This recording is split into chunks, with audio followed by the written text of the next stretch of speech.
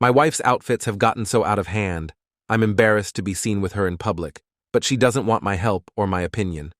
Normally, my position on my wife's outfits is she can wear whatever she wants. If she's happy, then I'm happy. But her clothing choices in the last few years have been so weird, and she doesn't seem happy with them herself. She says things like, "Why do I look so old?" And I say something reassuring, but I want to say, "Because you're wearing a 70-year-old woman's shirt." She asks my opinions on her outfits and shopping baskets, and I'm lost for words. Like, no, I don't think a brown acrylic sack is a nice piece of clothing. These fast fashion items fall apart. They're shapeless. The fabrics are awful polyester or acrylic. I hate having to be positive about them. Her current style seems like a mishmash from social media ads. Streetwear, earth tones, pastels, minimalism, bold patterns, throwback, preppy details. When I see the ads she watches, the models who are pulling off these outfits are professionally styled. They also use balanced combinations, like balanced tones, baggy with fitted, formal with casual, and makeup to match. I figured she just needed time to learn a new style, but it's been years. Some of the items are so out there I don't like being with her in public, like her pastel jumpsuit with bows on it, or her woolen sweater with peekaboo sides. I'm sure they can look good when styled well, but she's always rushing out the door and just combines them with the first clean thing she finds. I've gently asked things like, "How did the model wear this? Style this?" when she's dissatisfied with how something looks. She's very sensitive to other people's opinions, so it's hard to phrase things in a way that isn't enthusiastic approval without her taking it as criticism. She will criticize my outfits if she thinks I look sloppy, but woe betide me if I say, when trying to think of a response about a shirt. I'm not a guy who puts zero effort into my own appearance and then expects my wife to look dolled up 24/7. I have a low-maintenance style, but it works because I planned it. But she seems to want low effort with maximum style. I'm tired of her asking my opinion when she doesn't want to hear any advice. She complains she has nothing to wear while her closet is full to bursting. I gave her most of my closet space to see if that would help her organize. I've encouraged her to spend more money on buying from proper labels. Ideally, I would just hire her a stylist, and they can buy a whole new wardrobe, but that would cost several thousands. I just want her to pay attention to what she buys so she stops looking like she got dressed in the dark. Is there anything I can do about this, or do I just continue on as I am and hope for the best? Update 1. I've been sitting with this for a while now, trying to figure out how to navigate the situation without causing any tension. After my last post, I thought a lot about my wife's style, her self-esteem, and what's been going on in our relationship lately. The more I reflect on it, the more I realize it's not just about the clothes. There's something else brewing beneath the surface, and I've been so focused on what she's wearing that I didn't stop to consider how she might be feeling emotionally. So I decided to take a softer approach. A few days after my initial post, we had a rare free evening. No work, no distractions, just the two of us at home. I figured this was the perfect opportunity to gently bring up the topic. I didn't want to make it seem like I was attacking her wardrobe choices. So, instead of diving right into it, I asked her how she was feeling in general. "Lately, you've been asking me a lot about your outfits," I started, keeping my tone casual. "I'm just wondering, do you feel like something's changed in how you see yourself?" She paused, looking a little caught off guard, but then she sighed and said, "Yeah, I guess so. I don't feel as confident as I used to. I look in the mirror and I just don't recognize myself anymore. I feel like everything I wear either makes me look old or frumpy, or like I'm trying too hard to keep up with trends." Hearing her say that hit me harder than I expected. I realized that while I had been quietly judging her clothing choices, she had been going through her own struggle. This wasn't about bad fashion sense or weird outfit combinations. This was about her feeling disconnected from herself. I didn't want to push too hard, but I did suggest, "Maybe we could try going through your closet together. See if there are pieces that make you feel more like yourself again." She agreed, and that weekend, We spent a few hours going through her wardrobe.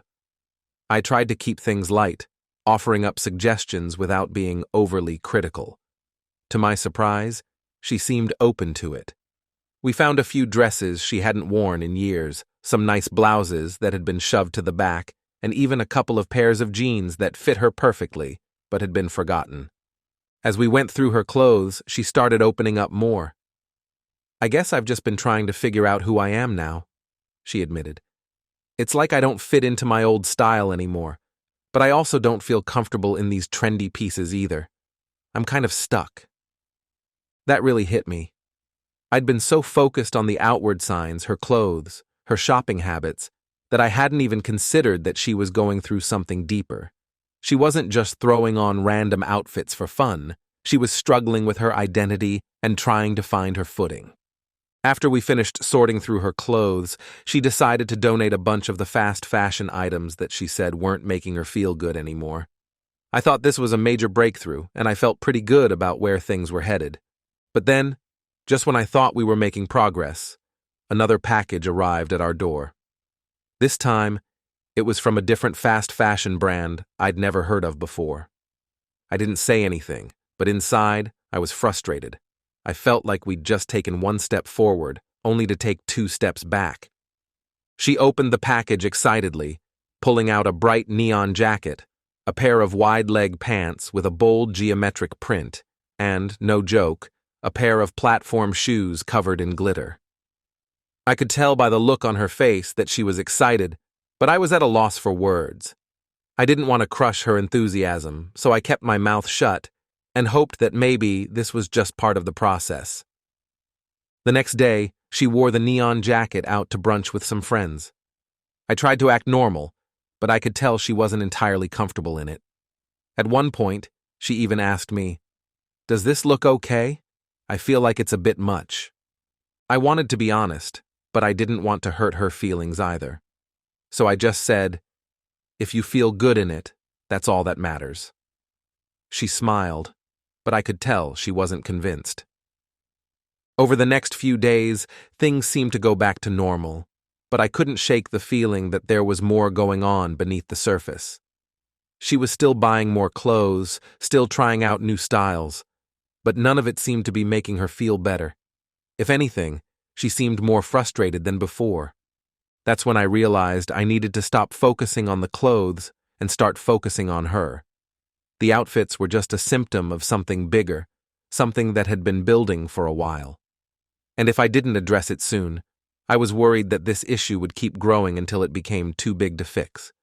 I'm not sure what the next step is, but I know I need to be more supportive and less judgmental. This isn't just about fashion, it's about my wife feeling lost, and I want to help her find her way back to herself, whatever that might look like. Update 2. After the initial conversation where my wife admitted that she didn't feel confident in her clothes anymore, I started paying closer attention to her mood and behavior. It became clear to me that this wasn't just a passing phase. Her struggle with her wardrobe was a reflection of a deeper identity crisis that she hadn't fully acknowledged yet. One evening, we were watching TV, and a commercial came on for a clothing brand that's all about bold, experimental fashion. My wife stared at the screen for a few seconds before muttering, "I wish I could pull that off." I looked at her, surprised. "What do you mean? You can pull off anything you want." She shook her head. "No, I don't know. I feel like I'm stuck between trying to be trendy and trying to stay comfortable, and I'm failing at both." This was a side of her I hadn't seen before. She'd always been confident in her appearance, never one to worry too much about what other people thought. But now, it was like she was constantly second-guessing herself. I wanted to help, but I wasn't sure how. I knew that offering advice on fashion wasn't going to solve the problem. So instead, I tried to steer the conversation in a different direction. "Do you think maybe this is more about how you're feeling, and not just about the clothes?" I asked carefully. She hesitated for a moment, then nodded slowly. "Yeah, I think so. I've been feeling off, like I'm not sure who I am anymore. I used to know exactly what I liked, what looked good on me, and now I don't." That was a huge admission for her, and it made me realize just how much she had been struggling internally. I suggested that maybe she should talk to someone, like a therapist, to work through some of these feelings. At first, she brushed it off, saying she didn't need therapy, but I could tell the idea wasn't completely off the table. In the meantime, I tried to be more supportive in small ways. When she asked for my opinion on an outfit, I made sure to focus on how she felt in it rather than just how it looked. If she said she didn't feel confident, I encouraged her to wear something that made her feel more like herself. But despite my efforts, the fast fashion packages kept arriving. Each one was filled with more outlandish pieces, bright colors, bold prints, oversized silhouettes. I tried not to judge, but it was hard not to feel frustrated. I wanted her to feel confident and happy, but it seemed like the more she bought, the more disconnected she became. Then, one day, she came home with a massive bag from a high-end boutique. I thought maybe this was a turning point. Maybe she was finally investing in quality pieces that would make her feel good. But when she pulled out the clothes, I realized it was more of the same. Bright colors, wild patterns, and experimental shapes that didn't seem to suit her at all. I didn't know what to say. I didn't want to crush her excitement, but I also didn't want to keep pretending that everything was fine. So, I gently asked, "Do these make you feel like yourself?" She hesitated for a moment, then sighed. "I don't know. I thought they would, but now I'm not sure." That was when I realized that this wasn't about the clothes at all. My wife was searching for something, some sense of identity, some way to feel like herself again, but she wasn't finding it in these outfits. The clothes were just a distraction, a way for her to try and reinvent herself without addressing the real issue. I didn't have all the answers, but I knew one thing for sure. I needed to be there for her, no matter what. Whether that meant helping her find a new wardrobe or supporting her as she figured out who she wanted to be, I was ready to do whatever it took. Update 3. After that conversation about the boutique purchases, I knew we were finally heading towards something real, even if we were both a little lost in the process. My wife's struggle with her identity had become more apparent, and I was trying my best to help without stepping on any emotional landmines. I couldn't help but feel like I was walking on eggshells every time a new package arrived.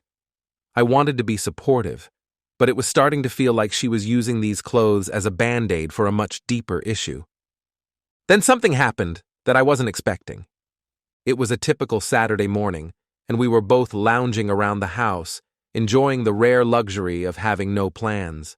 She was scrolling through her phone, and I was flipping through the channels on TV when she suddenly looked up and said, "I think I need to take a break from social media." I paused, a little surprised. Social media had been a huge part of her daily routine for as long as I could remember, so hearing her say this out of nowhere caught me off guard. "Really? What brought that on?" I asked, trying to keep my tone neutral. She shrugged. "I don't know. I just feel like I'm constantly comparing myself to these influencers, these models who always look so put together. It's exhausting.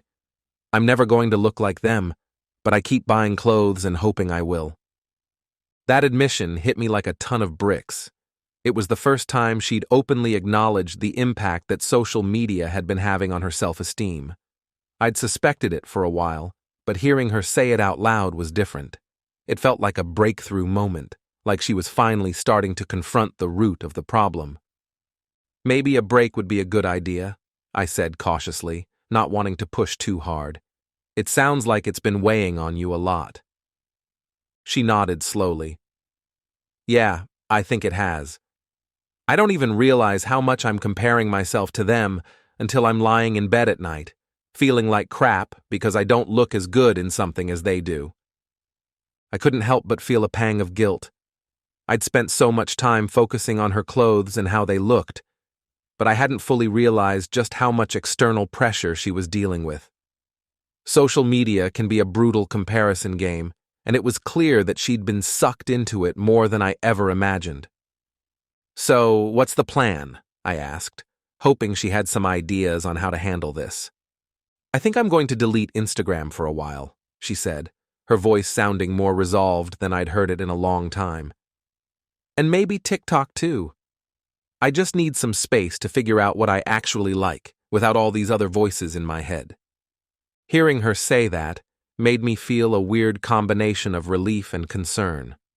On one hand, I was glad she was starting to take control of the situation, but on the other, I worried that the problem went deeper than just Instagram and TikTok.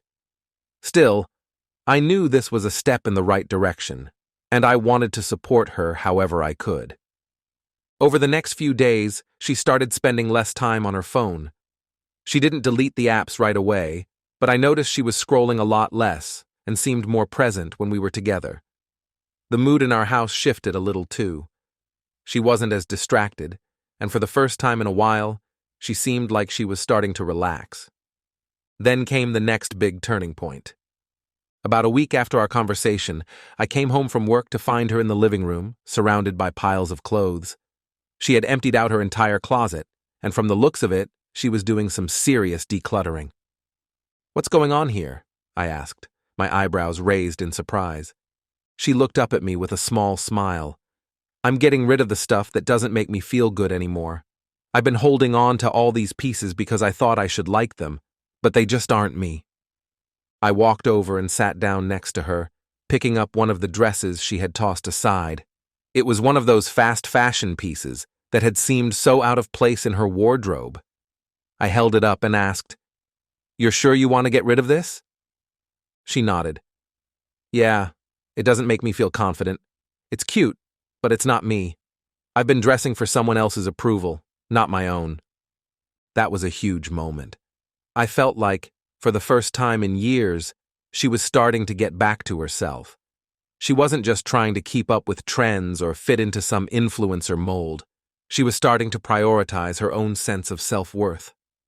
Over the next few hours, we went through her entire closet together. Some pieces she kept, but a lot of it went into the donation pile.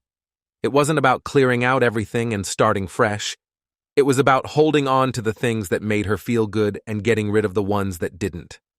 At one point, she pulled out that neon jacket, the one I had been secretly dreading every time she wore it. She held it up and said, "You know, I actually don't like this as much as I thought I did.